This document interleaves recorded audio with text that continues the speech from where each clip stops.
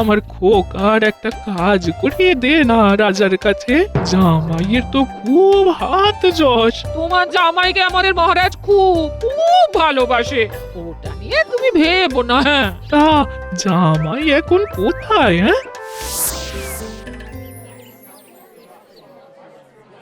এ কোথায় এসে পড়লাম রে বাবা? এই ছোট মাছের দাম 3 মোহর।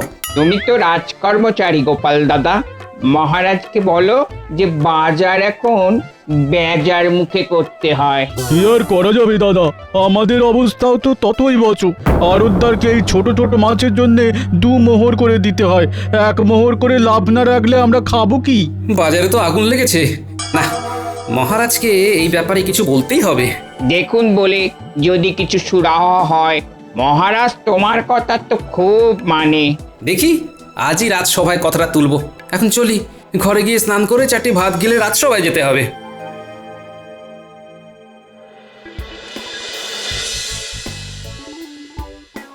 একে মাসের শেষ, তারপরে আরো 2টো কদিন ধরে আমার ঘরে উড়ে এসে জুড়ে বসে আছে। ওই তো তোমার জামাই এসে গেছে। হ্যাঁ, এই ঝামেলা রে বাবা। গিন্নি, যেদিন ওরা এসেছে সেদিন নির্ঘাত তোমার মুখ দেখে ঘুম থেকে উঠেছি, তাই না? সে তো রোজই তুমি আমার মুখ দেখে ঘুম থেকে ওঠো। হ্যাঁ, না না না গিন্নি, আমি রোজই সূর্যি মামার মুখ দেখে উঠি।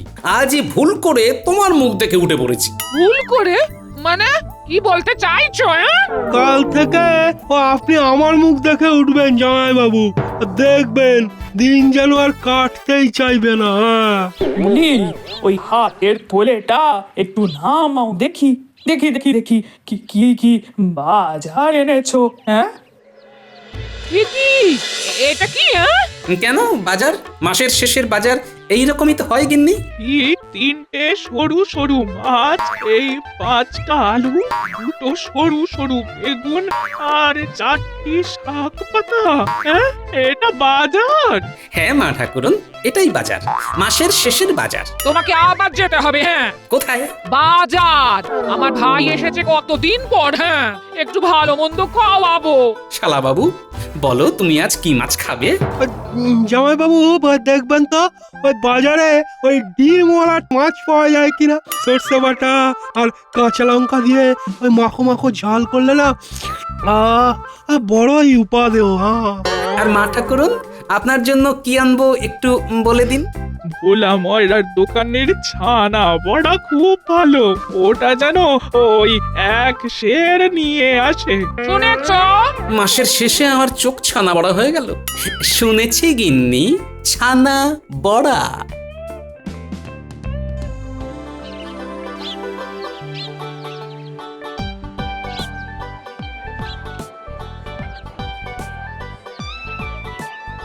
একই গোপাল দাদা, কিছু কি ভুলে গেছিলে? এই তো বাজার থেকে ঘরে গেলে। সে কি গোপাল, তুমি 2বার করে বাজার করছো, কি ব্যাপার? কি আর করব মন্ত্রী মশাই, কদিন ধরে আমার শালা বাবু আর শাশুড়ি ঠাকুরন এসে ঘর দখল করে বসে আছে, তাই ওনাদের আবদার মেটাতে আবার বাজার করতে আসতে হলো। তার মানে ঘরেতে অশান্তি শুরু হয়েছে। একটু খুঁচিয়ে দিয়ে দেখি। সত্যি কুটুম আসার আর সময় পায় না, মাসের শেষেই ওদের আসতে হয়। আমার কাছে কুমিরের কান্না কেটে লাভ নেই। আপনি ডালে ডালে চললে আমি পাতায় পাতায় চলি। আহা, শাশুড়ি ঠাকুরন আসবেন, তার আবার মাসের শেষ আর শুরু। না মানে মাসের শেষে তো হাত খালি। আমি জানি গোপাল, তোমার এখন টানতে খুব কষ্ট হবে। কষ্ট কোথায়? আপনি আমার ব্যাপারে এত দরদ দেখাচ্ছেন, কষ্টে পড়লে আপনি তো আছেন, আপনার কাছে হাত পাতবো। আপনি মহামন্ত্রী বলে কথা, আপনি কি আমায় ফেরাবেন মন্ত্রী মশাই? ও বাবা, খুব সেও না, বলে কিনা আমার কাছে হাত পাতবে। এক্ষুনি কিছু চেয়ে বসলেই বিপদ। চলি গো গোপাল, চলি। হ্যাঁ চলি। সাবধানে যাবেন মন্ত্রী মশাই, দেখবেন হুড়ুম দুরুম করে যেতে গিয়ে আবার পিছলে না পড়েন। কি হলো গোপাল দাদা, মন্ত্রী মশাই ওই রকম করে হঠাৎ ছুট লাগালেন কেন? কি করে বলি বলো তো, হয়তো সকালবেলার গুরুত্বপূর্ণ কাজটা হয়নি, হঠাৎ করে সেটা চাগার দিয়েছে।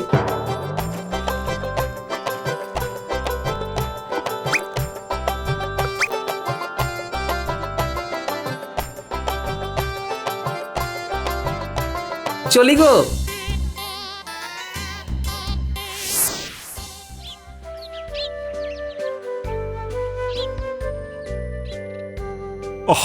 গোপালের আজ এত দেরি হচ্ছে কেন? এবার থেকে গোপালের দেরি হবে মহারাজ। কেন কেন কেন দেরি হবে কেন?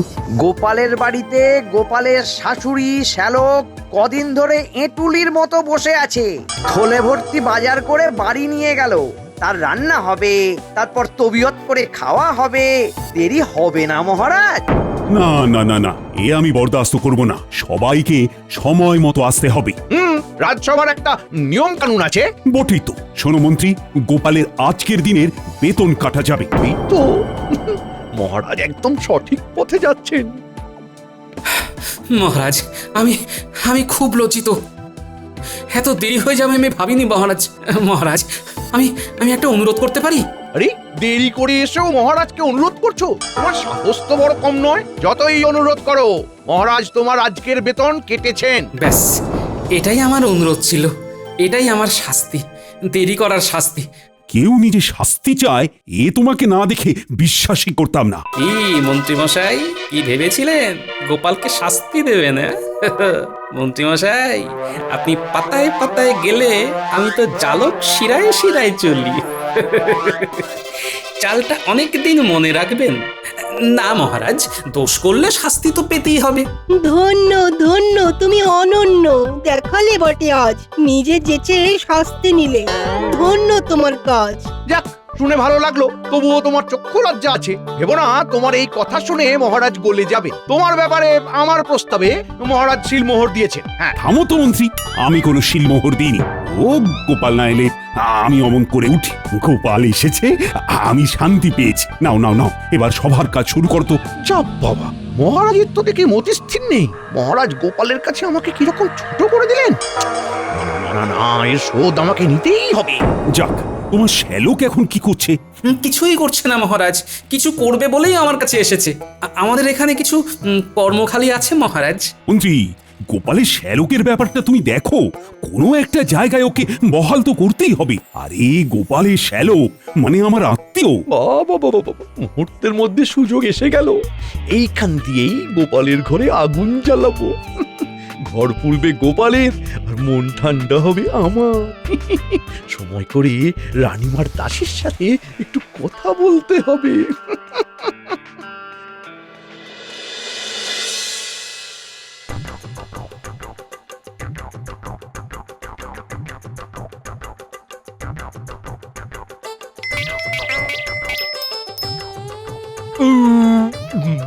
দিদি, মাছগুলো বেশ বড় ছিল।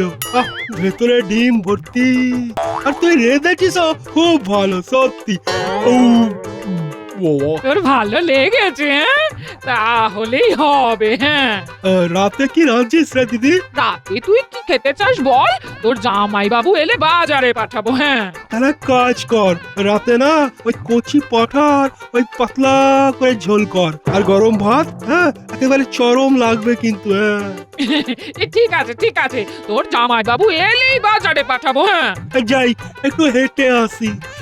দিনের খাওয়াটা বেশ জব্বর হয়েছে। এবার রাতের খাওয়াটার জন্য পেটে জায়গা করতে হবে তো, নাকি? হ্যাঁ, যাই হেঁটে আসি। ঠিক আছে, যা ঘুরে আয় ঘুরে আয় ঘুরে আয়।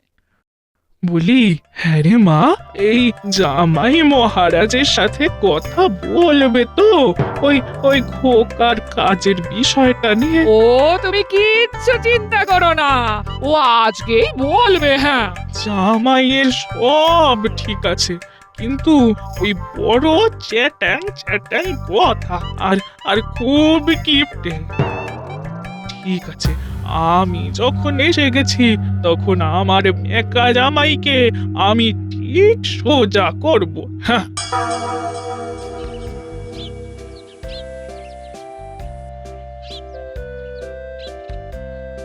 ভোলা, দাও দেখি এক সের সর ভাজা আর এক সের ছানা বড়া। হ্যাঁ,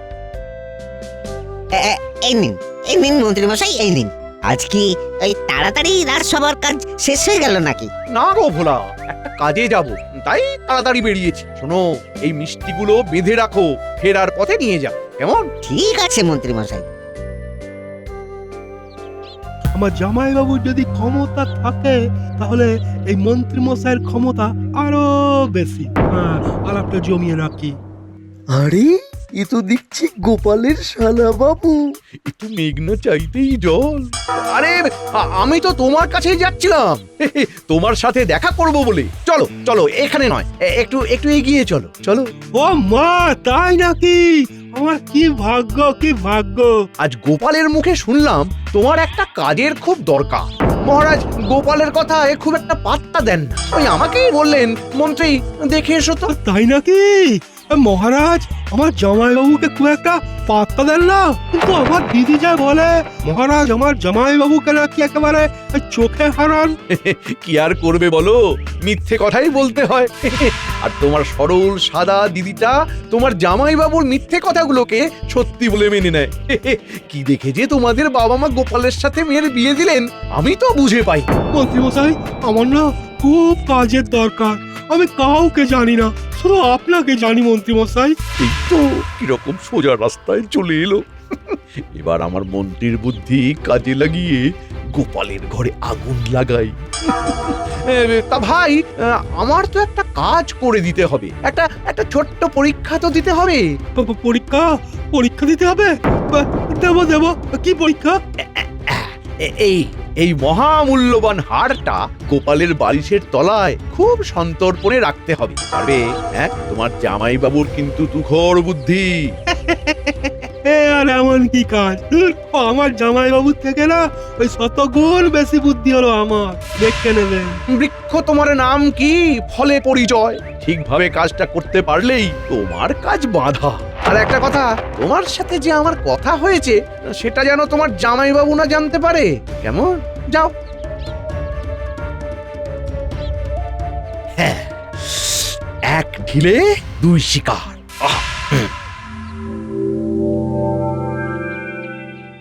এই তো এখানেই রেখেছিলাম স্নানে যাওয়ার আগে। কোথায় গেল? কোথায় গেল? দাসী, দাসী! কি হয়েছে? কি হয়েছে রানীমা? কি কি হয়েছে? স্নানে যাওয়ার আগে আমি এখানে আমার চন্দ্রহারটা খুলে রেখে গিয়েছিলাম, এখন পাচ্ছি না। সে কি রানীমা? কোথায় গেল? আপনি ঠিক জানেন আপনি এইখানেই রেখেছিলেন। আমার যে কি হয়েছে, কোথায় কি রাখছি কিছুই মনে রাখতে পারছি না। আচ্ছা আচ্ছা দাসী, আমি কি পাগল হয়ে যাচ্ছি? আহ, কি কি হলো রানী? এত কান্নাকাটি করছো কেন? মহারাজ, মহারাজ, আমার এই বাড়ির জন্মদিনে যে চন্দ্রহারটা আপনি দিয়েছিলেন সেটা পাচ্ছি না মহারাজ। হ্যাঁ, পাচ্ছ না মানে? কোথায় রেখেছো? সেটাই তো মনে করতে পারছি না। আমার যে কি হলো কিছুই বুঝতে পারছি না মহারাজ। দাসী, তুমি কি কিছু জানো রানীমা কোথায় রেখেছে? না মহারাজ। এটা নিয়ে এত শোরগোল করার কিছু নেই, একটু ঠান্ডা মাথায় ভাবো, তাহলেই খুঁজে পাবে। আমার প্রাসাদে কেউ তোমার গহনাতে হাত দেবে না, আরে সবাই খুব বিশ্বাসী।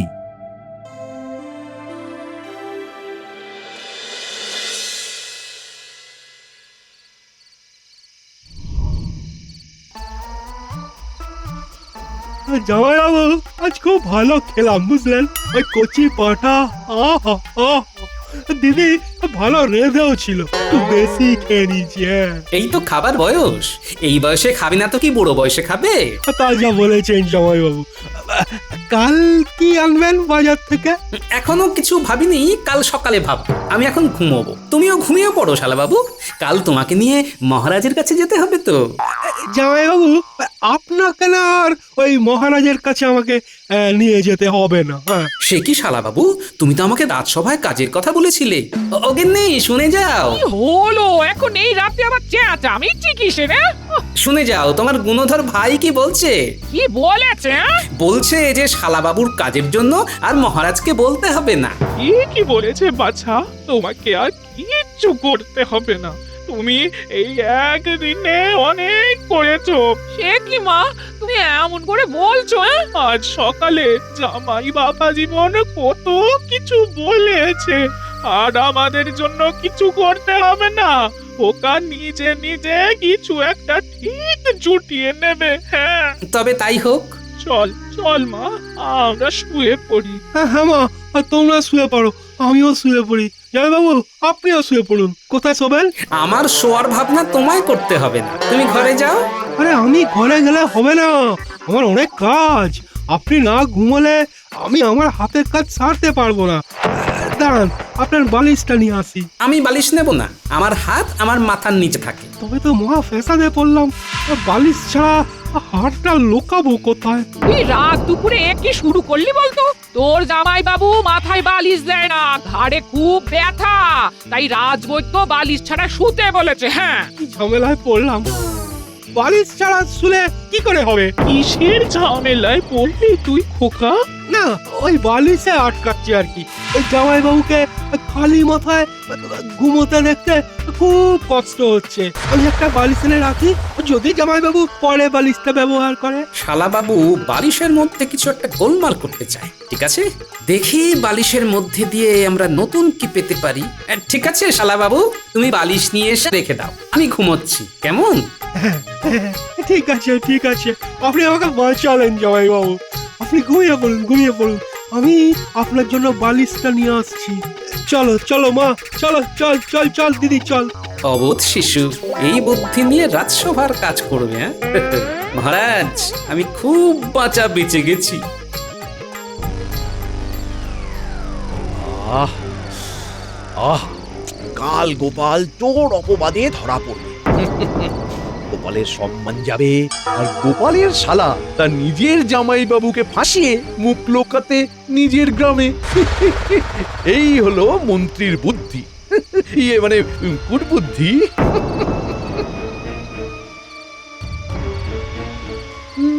কেউ আসছে বলে মনে হচ্ছে। কে আসছে এত রাতে? নিচে নামি। এ কি দাসী, তুমি এত রাত্রে?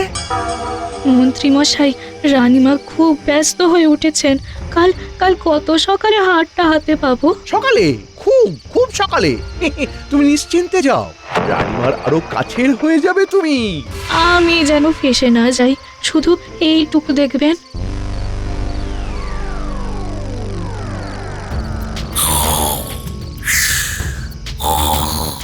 বাবা, জামাই বাবু আমার একেবারে ঘুমিয়ে কাঁদা। আমার কাজ শেষ, মন্ত্রী মশাই খুব খুশি হবেন। আচ্ছা আচ্ছা লোক আমার বুদ্ধির কাছে হেরে যায়, আর শালাবাবু এসেছে আমাকে বুদ্ধিতে হারাতে। দেখি তো বালিশে কি আছে। কি যেন একটা ঠেকলো। আরে এ তো সোনার হার, রানীমার গলায় এটা দেখেছি। বুঝলাম মন্ত্রী এই আকারটাকে দিয়ে আমাকে ফাঁসাতে চাইছে। যত দিন যাচ্ছে মন্ত্রী মশাই কেমন শিশু হয়ে যাচ্ছে। কি আর করা যাবে, চলো গোপাল রাজপ্রাসাদে, একটা ফয়সালা তো করতেই হবে।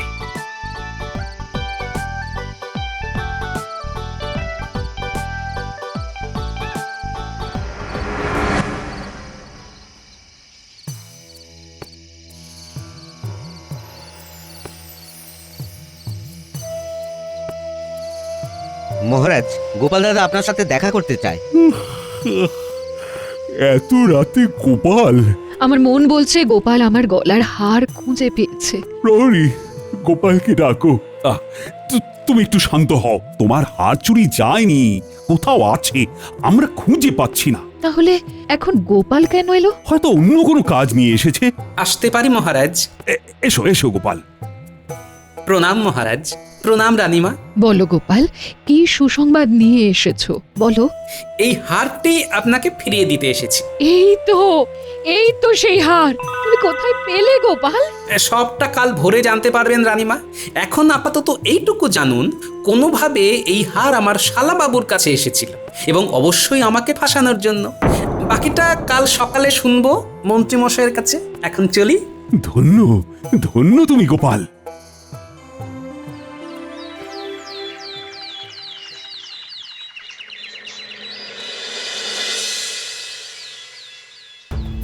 এবার তুমি বলো তো, কি থেকে কি হলো সবটা?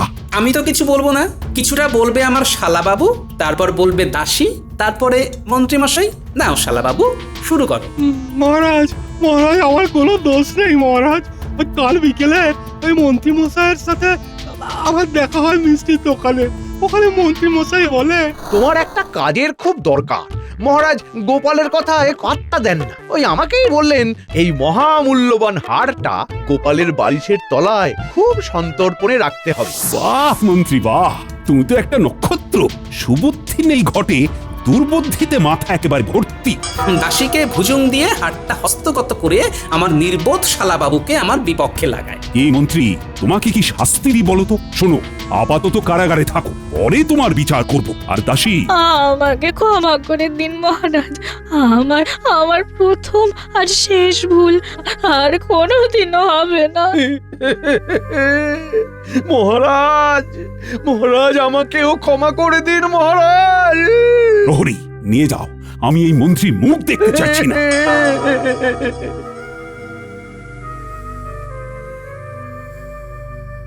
দাসী, তুমি আমার কাছে এসো। আর কোনোদিন এই রকম কাজ করো না, কোনোদিন না। কথা দিলাম রানীমা। গোপাল, তোমার কোনো চাইবার নেই? আছে মহারাজ, শালাবাবুর একটা কাজ। ঠিক আছে, ওকে তোমার সাগরিদ করে নাও। বুদ্ধি বিকশিত হোক, মাসিক 100 মোহর বেতন পাবে।